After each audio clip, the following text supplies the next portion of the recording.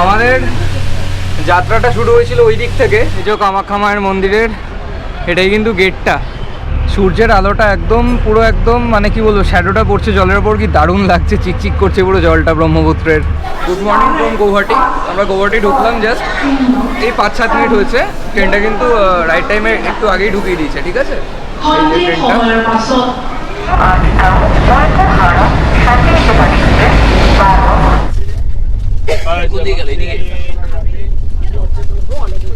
এই হচ্ছে খাবারের কন্ডিশন। ফুড রিভিউ না, খাওয়া যাবে না। আউট অফ 10 কত দিবি? 1-2 ছি ছি ছি ছি ছি।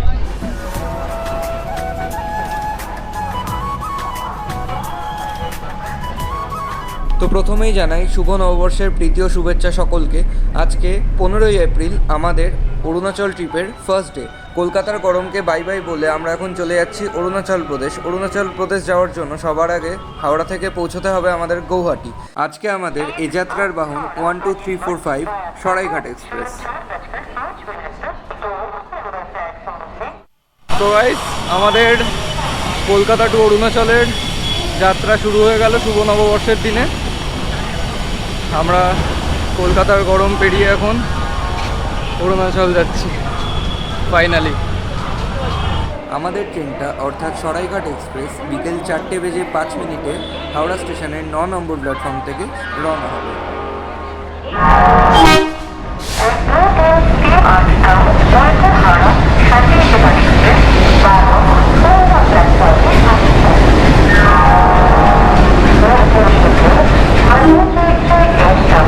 হাওড়া সরাইঘাট এক্সপ্রেসে উঠে গেছি বর্তমানে, ঠিক আছে। এখানে একটা মিরর আছে, খুব সুন্দর দেখতে পাচ্ছ। এখন বাজে বিকেল 4:05 আর আমাদের 1 2 3 4 5 হাওড়া টু গৌহাটি সরাইঘাট এক্সপ্রেস কিন্তু ছেড়ে দিয়েছে, একদম রাইট টাইমে ছাড়লো। 4:05 কিন্তু ছেড়ে দিয়েছে। এই যে লোকাল ট্রেন দেখতে পাচ্ছ। তো চলো কলকাতাকে বাই বাই বলে আমি এখন চলে যাচ্ছি গৌহাটি। আমাদের ট্রেনটা প্রথম হল্ট নেবে বর্ধমান স্টেশনে এবং তারপরেই ডাইরেক্ট সবার ভালোবাসার জায়গা শান্তিনিকেতন বোলপুর। আমরা এখন শক্তিগড় স্টেশন পেরোচ্ছি। তো ফাইনালি কিন্তু 93 কিলোমিটার পথ পেরিয়ে আমাদের ট্রেন দাঁড়ালো বর্ধমান স্টেশনে। এই হচ্ছে বর্ধমান। আমাদের আজকের কম্পার্টমেন্ট A1 অর্থাৎ এসি 2 টায়ার। এর মধ্যে দেখতে পাচ্ছ দুটো করে বালিশ এবং এখানে কম্বল এবং চাদর দেওয়া রয়েছে। এই স্মার্ট যুগে আমরা সকলেই কিন্তু প্রায় ফোন, ল্যাপটপ এবং পাওয়ার ব্যাংকের ব্যবহার করে থাকি এবং এই প্রত্যেকটা জিনিসকে আমাদের প্রতিদিন চার্জে বসাতে হয়। আর আমি মনে করি ট্রাভেল করার সময় এই প্লাগ পয়েন্ট থাকা কিন্তু খুবই জরুরি। আমার একটা চা দিও। হ্যাঁ, তো আমাদের ট্রেন কিন্তু বর্তমান ছাড়লো, দেখতে পাচ্ছ। এতক্ষণ চায়ের খুঁজেছিলাম, চা ছিল না, এখন কিন্তু চা চলে এসছে। চা পেয়ে গেছি, যদিও এটা দুধ বলে তো মনে হচ্ছে না, যা পাতলা। চলো, এর থেকে বেটার আর কিছু পাওয়া যাবে না।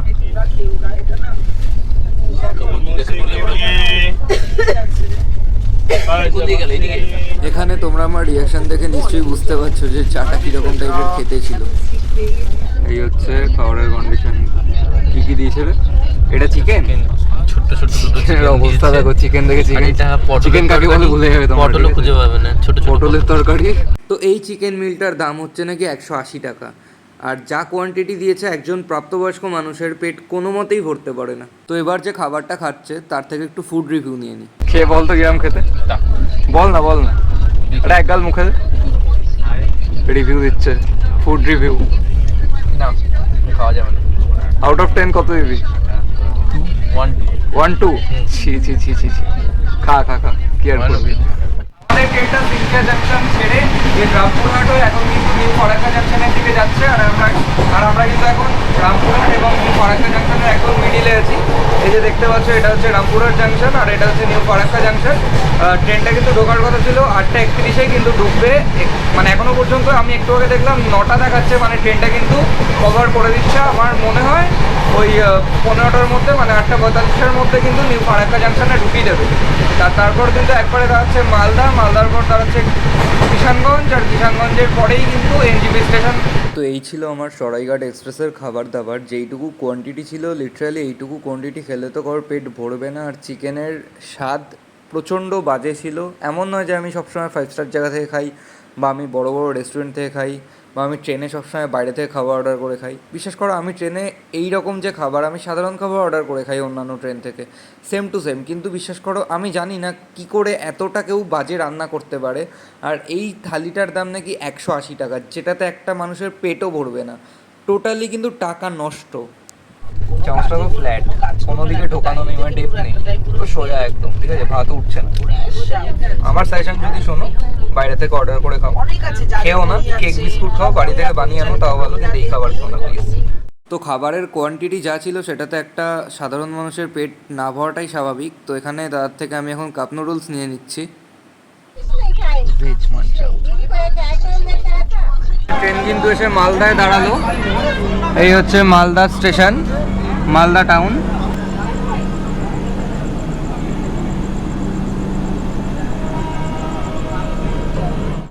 দেখো, দেখতে পাচ্ছ সবাই ঘুমাচ্ছে, পুরো একদম পর্দা পর্দা দিয়ে ঢাকা সব।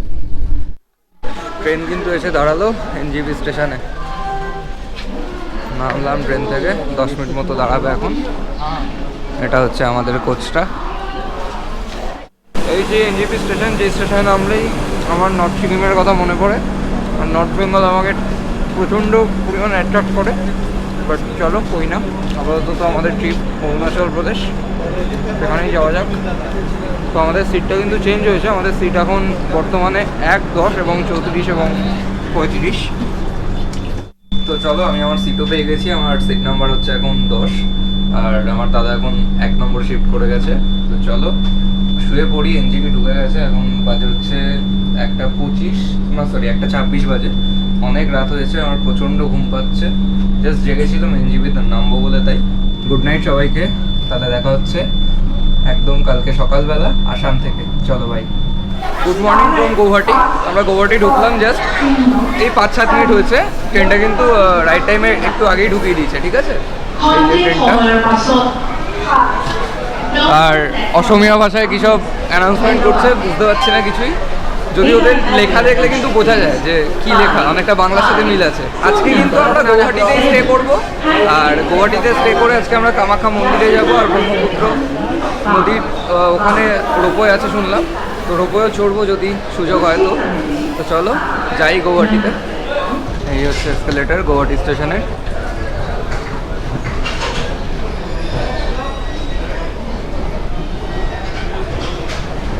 তো এই দিকটা হচ্ছে গৌহাটি স্টেশন, আর গৌহাটি স্টেশন থেকে বেরিয়ে আমরা এখন সরে যাচ্ছি হোটেলের দিকে। হোটেল কিন্তু আমাদের হাঁটা পথেই হোটেল আছে এখানে, সেই কারণে অটো বা অন্য কিছু করছি না। আমাদের হোটেলের নাম হচ্ছে হোটেল সিরা লিলি ক্লাসিক, আর এই হচ্ছে তার বাইরের অ্যাম্বিয়েন্স বা ভিউ বলতে পারো।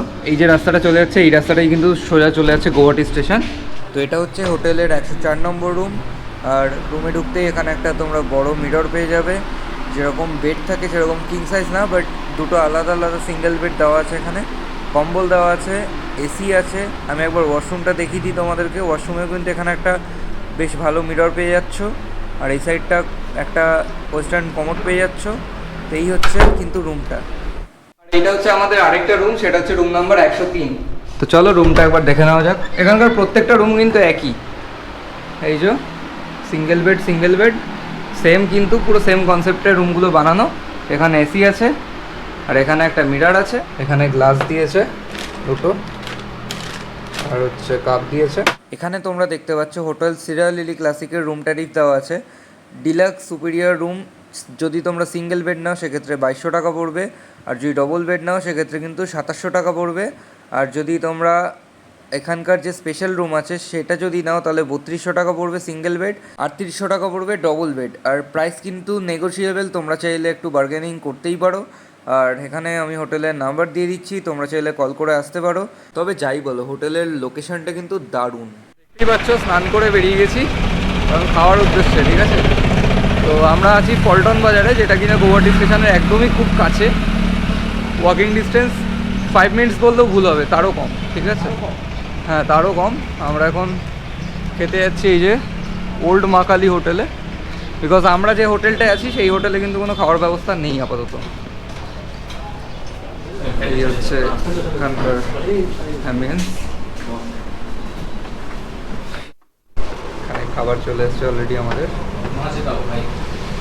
আজকে হচ্ছে ফিশ থালি খাচ্ছি আমরা, পাঁপড় দিয়েছে ভাত, এটা কিছু একটা চাটনি বুঝতে পারছি না, ধনেপাতা মেবি, ছোলার ডাল টাইপের কিছু একটা দিয়েছে। আচ্ছা আমের চাটনি, কাঁচা আমের চাটনি, ছোলার ডাল টাইপের কিছু একটা দিয়েছে। এখানে আলু বরবটি ভাজা। এটা কি মা বুঝতে পারছো? ডাল এটা মানে এটাও ডাল আলাদা আলাদা টাইপের ডাল। এখানে পেঁয়াজ লেবু আলুর চোখা সরি আলু সেদ্ধ মাখা, আর ওদিক থেকে কিন্তু মাছ আসছে।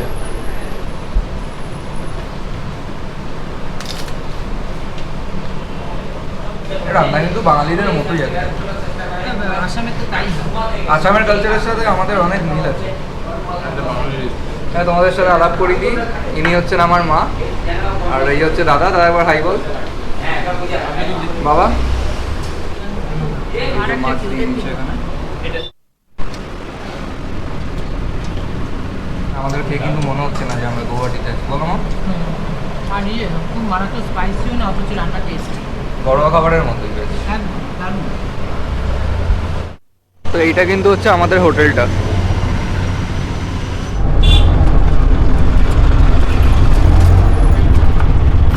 ব্রহ্মপুত্র নদীর ধারে কিন্তু চলে এসেছি। ওই যে সোজা দেখা যাচ্ছে ব্রহ্মপুত্র নদ, আর এই যে এটা কিন্তু রোপওয়ের লাইনটা যেটা যাচ্ছে, রোপওয়ের তার যেটা, সেটা কিন্তু ওপর দিয়ে চলে যাচ্ছে।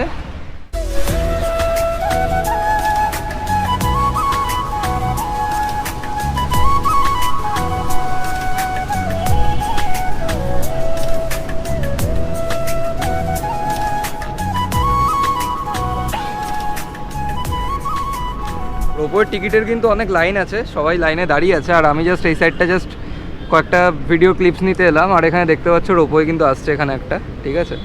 রোপওয়ে লিমিটেড খুব, সেই কারণে কিন্তু প্রচুর লাইন পড়েছে এখানে। এটা কিন্তু বেশ অনেকটা মানে ডিস্টেন্স কভার করে এখান দিয়ে, মানে একদম নদীর সেই ওপারে যায়। আর ব্রহ্মপুত্র নদী কিন্তু মানে আয়তনের দিক থেকে আর প্রস্থের দিক থেকে সবথেকে বড় নদী ভারতের। সেই নদীকে কিন্তু পুরো এই পার থেকে ওই পারে নিয়ে যায় এই রোপওয়েটা। ওইদিকে কিন্তু লিফট আছে, ওই লিফটে করে কিন্তু ওপরে যেতে হবে, দেন ওপরে রোপওয়ে করে কিন্তু তোমাকে নিয়ে যাবে ওই পারে। তা রোপওয়ের এখানে একটা জিনিস খুব বাজে লাগলো, সেটা হচ্ছে যে আমাদের কিন্তু মিনিমাম 8 ঘন্টা থেকে 40 মিনিট লাইনে দাঁড়াতে হয়েছে।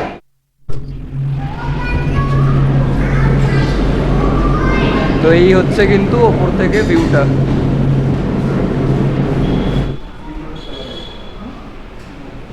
ভেতরে কিন্তু বসার জায়গা নেই, জাস্ট দাঁড়িয়ে দাঁড়িয়ে যাবে, কিন্তু বেশ ভালো, মানে ফার্স্ট টাইম এরকম একটা এক্সপিরিয়েন্স হতে চলেছে আমার। কিন্তু উঠে গেছি অলরেডি, রোপওয়ে এখনো ছাড়েনি, কারণ লোকজন ভর্তি হয়নি এখনো, আরও মনে হয় 1-2 জন আসবে, তারপর কিন্তু এই গেটটা ক্লোজ হবে, আর গেটটা ক্লোজ হওয়ার পরেই কিন্তু আমাদের রোপওয়ে ছেড়ে দেবে। আর নিচটাও যদি ট্রান্সপারেন্ট হতো আরও বেশি ভালো হতো, কিন্তু নিচটা ট্রান্সপারেন্ট না, নর্মাল লেদারের কুশন করা আছে নিচে, আর কিন্তু সাইড থেকে দেখা যাবে, সাইড ভিউটা পাবো। তো রোপওয়ে কিন্তু স্টার্ট হয়ে গেল, খুব আস্তে আস্তে যাচ্ছে এই টাইমটা, একদম স্টার্ট হলো। আর এই কিন্তু একদম ভিউটা পাচ্ছি এখান থেকে, ও দারুণ লাগছে, দারুণ লাগছে।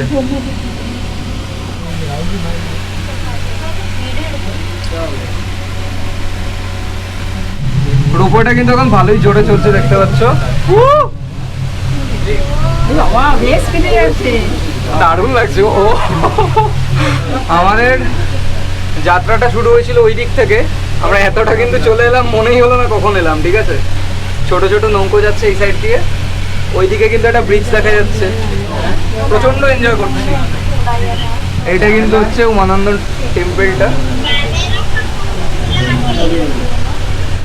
তো আমাদের যাত্রা কিন্তু এখানে শেষ হচ্ছে, এই হচ্ছে রোপওয়ে থেকে আমরা কিন্তু নেমে গেলাম।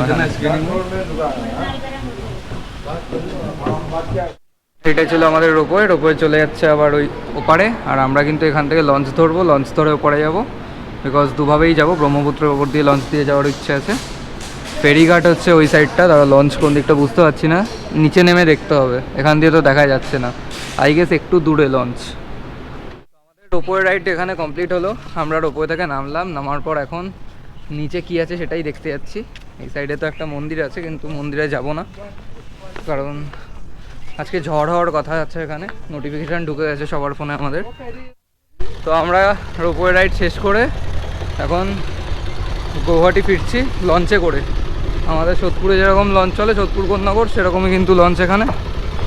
এখানে বাইকটা এগো পার হচ্ছে।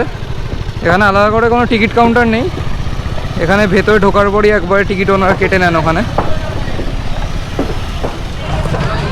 আর ভেতরে কিন্তু খুব সুন্দর সিট করা আছে এখানে। সাইডে চলো, সাইডে চলো। ফাইনালি ব্রহ্মপুত্রের উপর লঞ্চে বসে গেছি। লঞ্চ ছাড়তে অনেকটাই দেরি আছে। বাইরের ভিউটা খুব সুন্দর হয়, বাইরে থেকেও দেখাবো তোমাদেরকে একটু বাদে, কিন্তু এখন আপাতত ভেতর থেকে দেখাচ্ছি। বসলাম, অনেকটাই কিন্তু বড় নদী। আমাদের গঙ্গায় যে আমরা সোদপুর থেকে কোন্নগরের লঞ্চ চড়াই অথবা বাগবাজার থেকে হাওড়ার দিকে যাই বা যেদিকেই যাই, গঙ্গার থেকে কিন্তু অনেকটাই বড় আয়তনের নদীটা, ঠিক আছে। তো বেশ ভালো লাগছে, বসে আছি। একটু গরম লাগলেও কিন্তু সিটগুলো কিন্তু বেশ ভালো, আমাদের ওখানকার মতো না। ক্রুজ টুজ টাইপের ফিল আসছে এখানে। সিটগুলো এবার দেখো, এখানে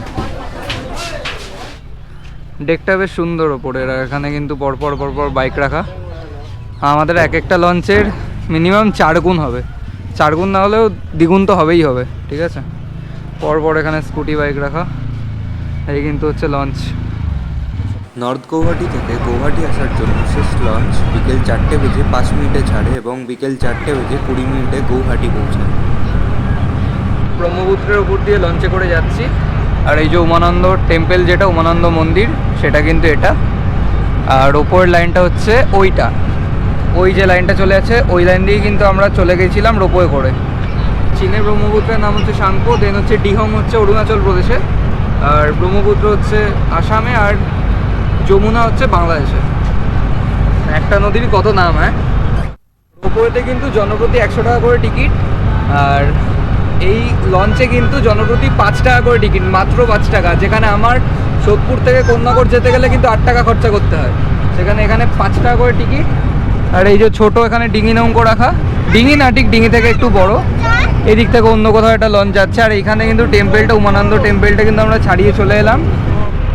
সূর্যের আলোটা একদম পুরো একদম মানে কি বলবো, শ্যাডোটা পড়ছে জলের ওপর, কি দারুণ লাগছে, চিকচিক করছে পুরো জলটা ব্রহ্মপুত্রের। আর ছোট ছোট দেখতে পাচ্ছ পাহাড় টাইপের, পাহাড় বলা ভুল, ঢিবি বলতে পারো, মালভূমি যেগুলোকে বলে। সুন্দর লাগছে কিন্তু। এদিকে কি জিনিস বুঝতে পারছি না, মানে এটা তো জেটি, এইগুলো কি যদি কেউ জেনে থাকো এখানকার তাহলে জানাও কমেন্ট করে, আমি জানি না এগুলো কি।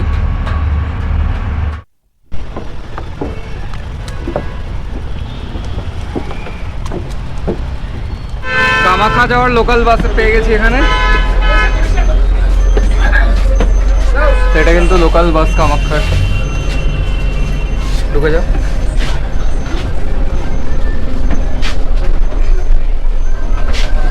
ইলেকট্রিক বাস না,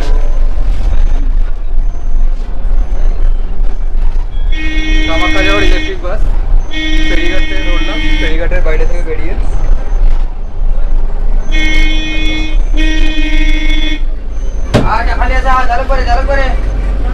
তো এখানে কিন্তু বাসগুলোতে স্ক্যানার লাগানো আছে, এখানে স্ক্যানার ওখানে স্ক্যানার, নানান দিকে স্ক্যানার।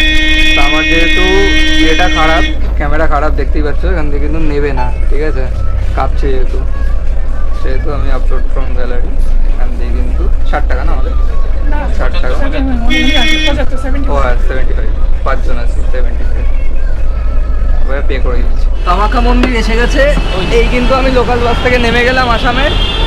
এই হচ্ছে আসাম গৌহাটির লোকাল বাস, এসি বাস। ভাড়া কিন্তু 15 টাকা করে নিল আমাদের। আর ওই যে দেখা যাচ্ছে কামাখ্যা মন্দির দূরে, এই যে কামাখ্যা মায়ের মন্দিরের এটাই কিন্তু গেটটা। গেট থেকে কিন্তু আমরা আবার বাস ধরে নিয়েছি কামাখ্যা মন্দিরে যাওয়ার জন্য। কামাখ্যা মন্দিরটা কিন্তু এই ওপরে। বাসের ভাড়া কিন্তু 10 টাকা জনপ্রতি।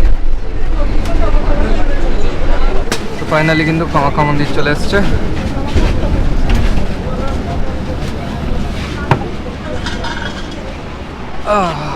অনেক দিন বাদে আসলাম, সেই 2019 সালে এসেছিলাম লাস্ট। তো ফাইনালি এসে গেছি কিন্তু কামাখ্যা মন্দিরের গেটে। এখানে জুতো খুলতে হয়। এই হচ্ছে কামাখ্যা মন্দিরের গেট। কামাখ্যা মন্দিরের ভেতরে ঢুকলাম। এই কিন্তু পুরো মন্দিরটা।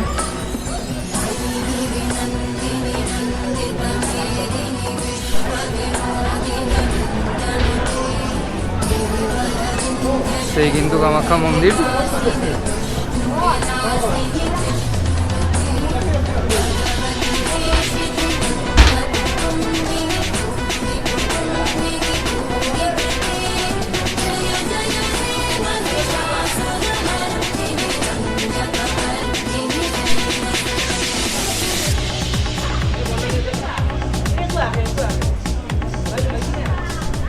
ওই কত লাইন ওপরে দেখতে পাচ্ছ, প্রচুর লাইন এখানে।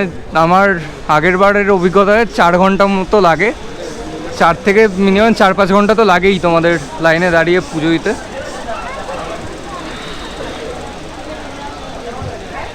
তো আমি এখন বসে আছি কামাখ্যা মন্দিরের ভেতরে। এই আমার সামনে কিন্তু মন্দিরটা পুরো। কামাখ্যা ঘোরা কমপ্লিট আমাদের এখন, এবার বাড়ি যাওয়ার পালা।